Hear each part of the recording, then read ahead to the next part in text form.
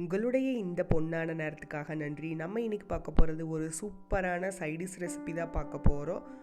பன்னீரை வச்சு செய்யக்கூடிய சிம்பிளான ஈஸியாக செய்யக்கூடிய ஒரு பன்னீர் கிரேவி தான் பார்க்க போகிறோம். வாங்க எப்படி செய்கிறதுன்னு பார்க்கலாம்.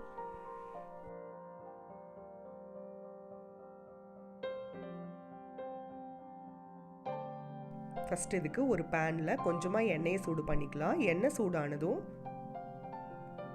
1/2 ஸ்பூன் மிளகாத்தூள்,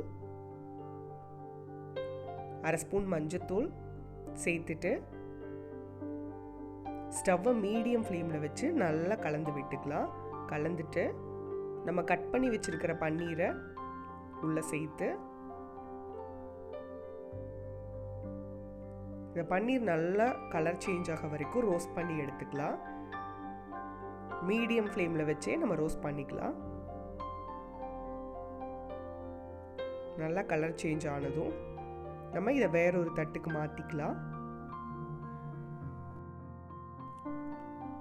மாற்றிட்டு இதே எண்ணெயில் ஒரு 1/2 ஸ்பூன் போல் சோம்பு சேர்த்துக்கலாம். சோம்பு நல்லா பொரிஞ்சதும்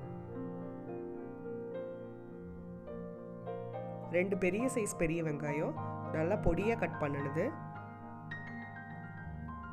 உள்ளே சேர்த்துக்கலாம். சேர்த்துட்டு வெங்காயம் நல்லா கலர் சேஞ்ச் ஆக வரைக்கும் வதக்கிக்கலாம். இங்கே பாருங்கள், இந்த அளவுக்கு நல்லா வதங்கினதும்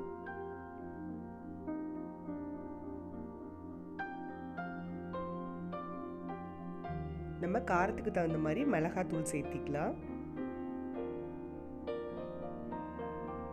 அடுத்து 1/2 ஸ்பூன் கரம் மசாலா,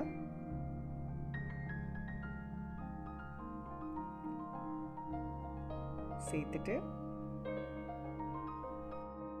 தேவையான அளவு உப்பு சேர்த்துட்டு நல்லா கலந்து விட்டுக்கலாம். இதெல்லாமே நல்லா கலங்கினதும் இந்த ஸ்டேஜில் 3 தக்காளி ரஃப்பாக கட் பண்ணி கொஞ்சமாக தண்ணி விட்டு அரைச்சி எடுத்து நம்ம இதையும் உள்ளே சேர்த்துக்கலாம். சேர்த்துட்டு ஒரு மூடி வச்சு நல்லா கொதிக்க வைக்கலாம். அப்பப்போ ஓப்பன் பண்ணி கலந்து விட்டுக்கலாம். தக்காளியோட பச்சை வாசனை போனதும் நம்ம இந்த ஸ்டேஜில் நம்ம ரோஸ்ட் பண்ணி வச்சுருக்கிற பன்னீரை உள்ளே சேர்த்துடலாம். சேர்த்துட்டு நல்லா கலந்து விட்டுடலாம். பன்னீர் ரொம்ப நேரம் வேகணும்னு இல்லை, ரொம்ப நேரம் வேக வச்சோம்னா ரப்பர் மாதிரி ஆயிரும். ஸோ ஒரு 2 to 3 மினிட்ஸ்லேயே நம்ம ஸ்டவ் ஆஃப் பண்ணிக்கலாம்.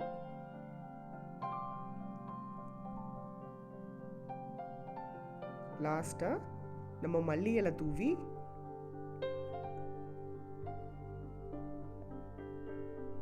ஒன்ஸ் நல்லா கலந்து விட்டுக்கலாம். நம்ம வேணும்னா இந்த ஸ்டேஜில் ஒரு ஸ்பூன் சர்க்கரை கூட சேர்த்துக்கலாம். அது நம்மளோட ஆப்ஷனல் தான்.